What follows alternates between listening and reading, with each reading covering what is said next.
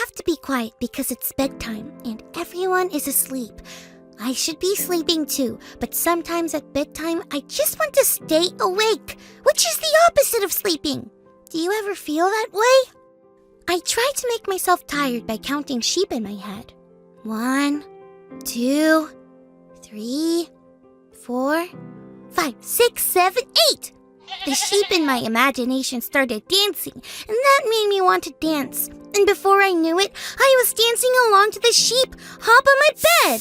Shake, shake, rock and roll. Shake, shake, rock and roll.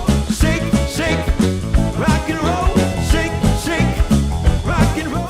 Then, my mom said to turn off the lights, be quiet, and go to sleep. So that didn't work. Then, I tried to make myself tired by thinking about what I would have to do tomorrow. But that thought turned into what I might wear tomorrow. And before I knew it, bam! I was at the Cali Fashion Extravaganza, and I was walking the runway up and down my bed and posing for pictures. And my mom said to turn off the lights, be quiet, and go to sleep. I guess I should turn off my flashlight and really try to get some sleep.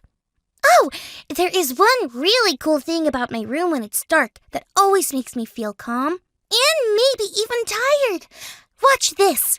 Isn't that awesome? All these stars were there all along. We just couldn't see them until the lights were completely out. I'm gonna gaze at the stars while we check our Bible story for today. It's time for today's Bible story. Today's story is from the book of Luke, chapter 9. One day, Jesus took 3 of his disciples, Peter, James, and John, and walked up a mountain to pray. While Jesus was praying, something amazing happened. Jesus began to shine as bright as a star in the sky. His face and even his clothes were bursting with light. But that's not all.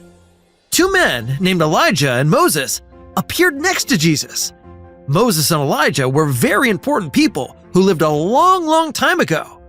They loved God and told others how to follow God. They lived and died many years before Jesus came to earth, but they showed up on that mountain and talked with Jesus. Peter, James, and John had been sleeping, but when they woke up, they couldn't believe their eyes. They saw Jesus shining very brightly next to Moses and Elijah. Then a cloud came down and surrounded them all. And then they heard a voice. It was God. God spoke to Peter, James, and John, saying, "This is my son, whom I have chosen. Listen to him." The disciples always saw that Jesus was different, special, and powerful. That's why they chose to follow him. But now, they knew he wasn't just different. He was the Son of God. It was like they were really seeing Jesus for the very first time. Jesus had always been the Son of God, and he'd been right there with them the whole time, but they just hadn't really seen it until that moment. We might not be able to see Jesus like his friends did, but Jesus is with us even though we can't see him.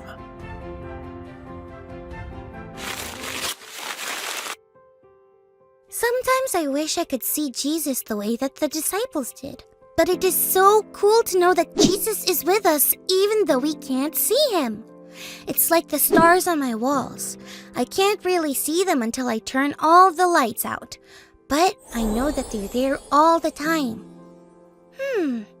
Jesus always being with me all the time makes me feel calm and safe and...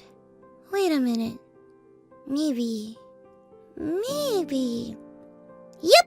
Sleepy. I actually feel like I can fall asleep now. Thank you, Jesus, for being with me all the time, even though I can't see you. And thank you, friends, for growing and learning with me. See you all next time. Bye.